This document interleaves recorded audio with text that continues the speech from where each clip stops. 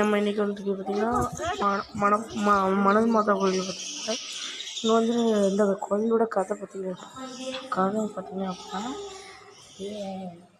ஒரு இது வந்து ஒரு குளம், அந்த குளத்தை வந்து க்ளீன் பண்ண முடியல. ஒரு விவசாயி வந்து க்ளீன் பண்ணிட்டு இருக்காங்க.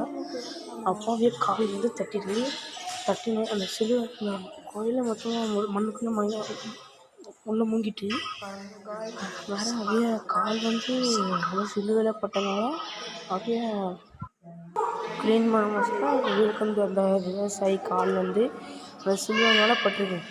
அதனால் இது வந்து தோண்டி பார்த்தாக்கி இந்த சிலுவை வேறு அப்படியே நிறையா பேர் ஆட்கள்லாம் கூப்பிட்டு ரொம்ப க்ளீன் பண்ணி பார்த்தாக்கி ஒரு சர்ச்சே உள்ளே மூங்கியிருக்கு.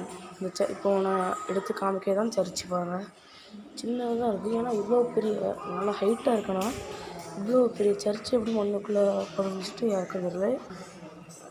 இப்போ அந்த சிலுவை காலில் தட்டுப்பட்டுச்சுன்னா அது போகிறோம். நாங்கள் மேலே ஏற முடியல பார்த்திங்கன்னா அது நல்லா ஹைட்டாக அப்படி மேலே ஏறிட்டே இருந்து நாங்கள் மேலே ஏறி பார்த்தோம். மரத்தால் செஞ்சேன் பாருங்க. இது எங்கள் வீட்டு குட்டீஸ். அந்த சிலுவை வந்து மரத்தாலே செஞ்சது. அந்த சிலுவை அப்படியே இந்த மரத்தால் இப்படி இருக்குது. அதில் நிறைய பேர் பேரெல்லாம் எழுதி வச்சுருக்காங்க. அதில் பக்கத்துலேயே போடுறது